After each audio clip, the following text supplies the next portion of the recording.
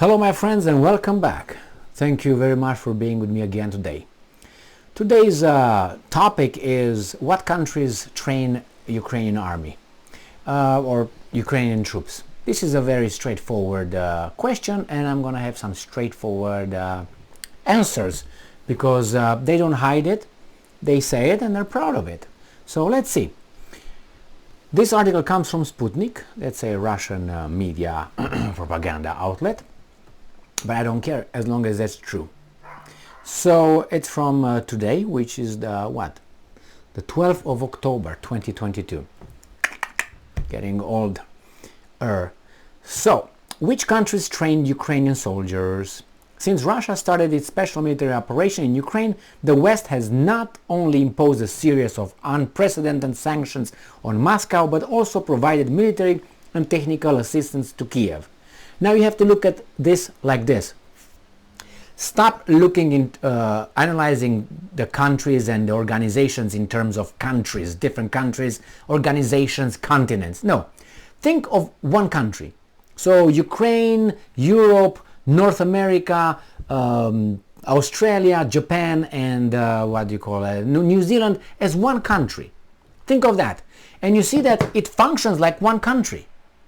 One is the control center, United States of America, provides weapons and training to Ukraine. Then the other countries provide the same way to Ukraine, and Ukraine is the Ukraine, the location, and those people are fighting over right in the front, on the front lines. So it's like a country. If this all would be a country, there would be the producers, there would be the weapons manufacturers, there would be the arms suppliers, and there would be the combatants. And the plans are made by the head office, the control and command center, which is the United States of America, with other guys around. So don't think of countries anymore. Think of one country and see everything works just like that. They all impose sanctions. They all do this. That's as the Russians say, not the monolithic, the whatever West. So let's see what are the countries here. So we start with the first one. We start with obviously United States, right? United States of America. Then we have Canada. Canada just sent some trainers 2 days ago. They said they will train them. They will send them into Poland, I think. They said, great, good. Then you have Norway. Can you believe Norway? Yeah, the collective West, that's how it's called. Now, UK, Sweden, Finland, Estonia, Denmark, Germany, Spain, Portugal, if you can believe that, and Netherlands. So US, Canada, Norway, Sweden, Finland, Estonia, Denmark, Germany, Spain, Portugal, and there is the Netherlands. And then we have I was almost about to miss it because it's right there on the list, on the map, very small. Can you guess what that is? Next to Australia, the communist country with a tyrannical leader, whatever her name is, Malaganda, Balajulinda, Jalenda, whatever she is. She is just a tyrant, 100%. Listen to what she said. She will say, and not only to that, look to what she did to that country during the pandemic and what she wants to do now. She wants to be the arbiter of truth.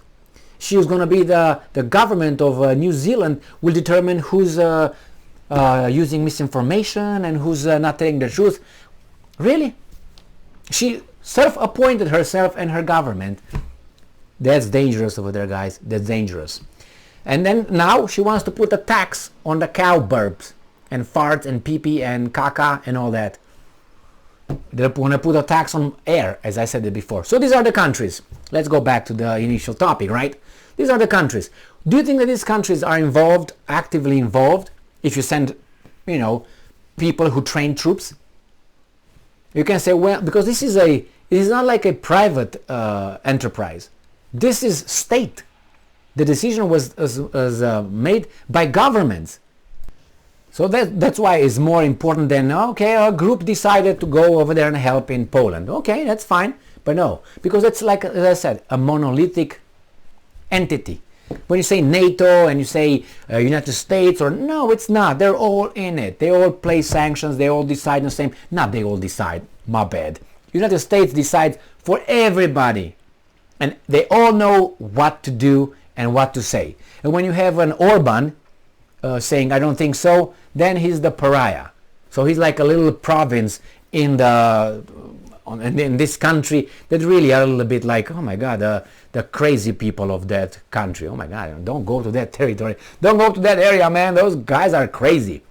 Like here in the United States, they tell you not to go in the, I don't know, in the Appalachian Mountains because they're over there some crazies. Don't go to the Appalachians, man. Don't go over there. Or don't go into the hood or something because of those guys over there. The same here. Hungary is one of those guys, those territories where crazies like Orban live. Why? Because they don't follow the script. That's what it is. But anyway, I just came to this conclusion. It's very easy just to look at them, as I said, one united force. Now when they say NATO, before about, what, a week ago, NATO was this country, NATO said this. No, now it's openly, they say, NATO, we have to help. We have to provide Ukraine with more weapons. We have to do this. We have to. And they don't condemn Ukraine, it's like perfect. No, the only thing that they condemned was United States. It seems like United States did not agree with the attack on Kerch Bridge, on the Crimean Bridge.